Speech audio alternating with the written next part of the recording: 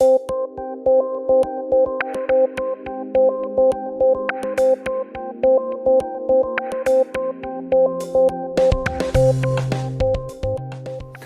we saw previously, in academic contexts, claims will generally need to be supported with evidence.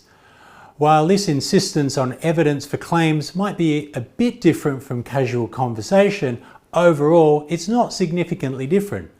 For example, if I say to you, you shouldn't give money to homeless people in casual conversation, you may ask for evidence for this claim.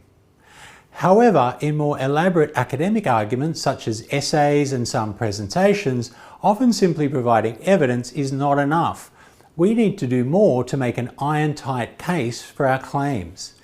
In this lesson, we'll look at what's needed to really make a strong academic argument, and we'll do this by referring to the Toulmin model of argumentation.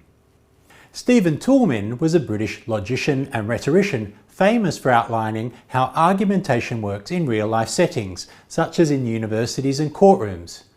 His model of argumentation has become well known for its detailed yet clear model of what's required to make a strong and robust argument. While there are several parts to Toulmin's model, central to the model are claims and evidence.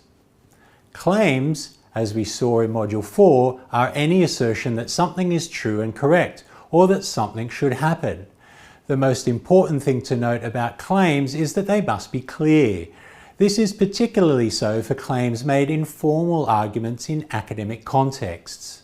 As an example of a claim, we might say, money shouldn't be given to homeless beggars on the street.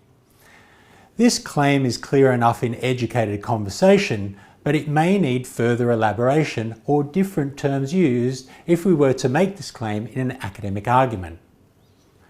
As we already know, evidence is generally needed for claims made in academic arguments. However, what constitutes evidence depends on the context and does not necessarily need to be given if it's commonly known. Referring back to the claim made earlier, our evidence could be giving money to homeless beggars makes them unwilling to find permanent employment. While the combination of claims and evidence is central to Toulmin's model, it's really only the beginning. In areas such as universities and courtrooms, where detailed argumentation is required, simply presenting claims and evidence can sometimes be insufficient. What is also needed is a warrant, which explains how the evidence is grounds for the claim made. That is, how the evidence leads to the claim. Warrants are often more general in nature than claims or evidence, and are often previously agreed ways of connecting evidence with claims. For example, in medicine, observed symptoms such as a rash and runny nose, plus evidence from the patient like that they had received flowers the previous day, form evidence. To make a diagnosis or claim of something, like an allergic reaction, the warrant would be a combination of runny nose and rash along with contact with flowers usually means an allergic reaction. Here, the reference is to a more general set of observations made in medical literature about the symptoms of an allergy attack. In our example argument as well, the warrant refers to more general principles of economics and psychology rather than just homeless people who beg for money. Our example warrant here is giving people money for nothing removes an incentive to work. Depending on the context, this combination of evidence, claim and warrant may be sufficient. Riddle refers to this as the three-part structure of since or evidence, then or claim, and because or warrant. The claim made in this structure may go on to form the evidence in another argument, and this can build up into argument chains.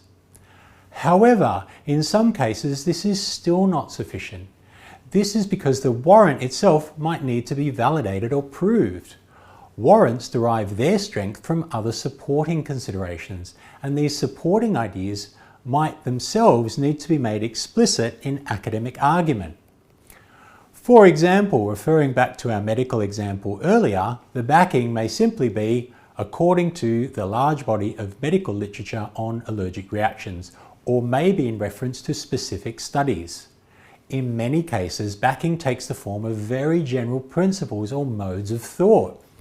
In our case, the backing refers to the incentive theory of motivation and is people are motivated by incentives. In elaborate academic arguments, more time can be spent on the warrant and backing for a claim than the evidence. Along with the claim, evidence, warrant and backing, there are two more parts to Toulmin's model for argumentation. One of these is called the qualifier. In academic argument, it is crucial that we do not overextend any claims made.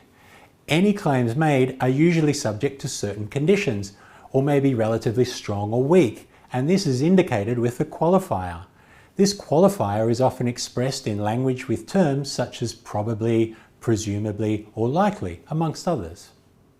With our medical example, we cannot be 100% certain that it's an allergy attack, so the qualifier we would use is most likely. Similarly, we can't be absolutely certain that in all cases of homeless people asking for money that we'd be removing incentives, so our qualifier here might be in most cases. This kind of qualifying is crucial both in academic argumentation and in language used, where it's referred to as hedging, as we learnt previously. Rebuttal is the last part of Toulmin's model of argumentation. For many claims, there are exceptional circumstances that might invalidate the claim made. We've already seen with qualifiers why claims may be less than certain, either because the evidence, warrant or backing support the claim only partly or weakly, or because they support them only under certain conditions. Using our medical argument as an example, we might have as our rebuttal, unless tests have shown the patient is not allergic. By acknowledging this and including a rebuttal such as this, your argument is made more nuanced and detailed. It also helps to invalidate any possible counter-arguments by showing you've acknowledged the counter-arguments and have incorporated them as a smaller part of your own argument.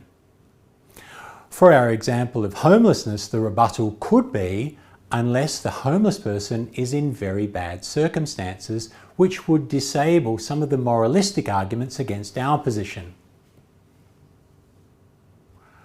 The Toulmin model of argumentation, therefore, consists of 6 parts. The claim, which is the basic assertion of the argument. The evidence, which is the data that supports the claim. The warrant, which shows how the evidence leads to the claim. The backing, which shows why the warrant is a good one. The qualifier, which shows the strength or weakness of a presented claim. And the rebuttal, which is any exceptional circumstance which invalidates the claim. It's important to remember that depending on the context, not all of these parts will be required for every argument. Indeed, the 3-part structure of since, then, because will usually suffice, particularly for sub-arguments that are part of a bigger overall argument.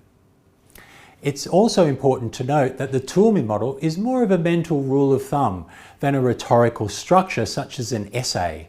In most cases, the Toulmin model cannot and should not be mapped directly onto language or writing.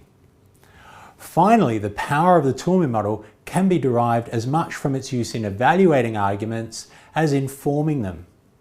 In our example on homelessness, you might have already seen some of the flaws in the argument, such as seeing all human activity as motivated by incentives. This then gives us areas for counter-argument and rebuttal.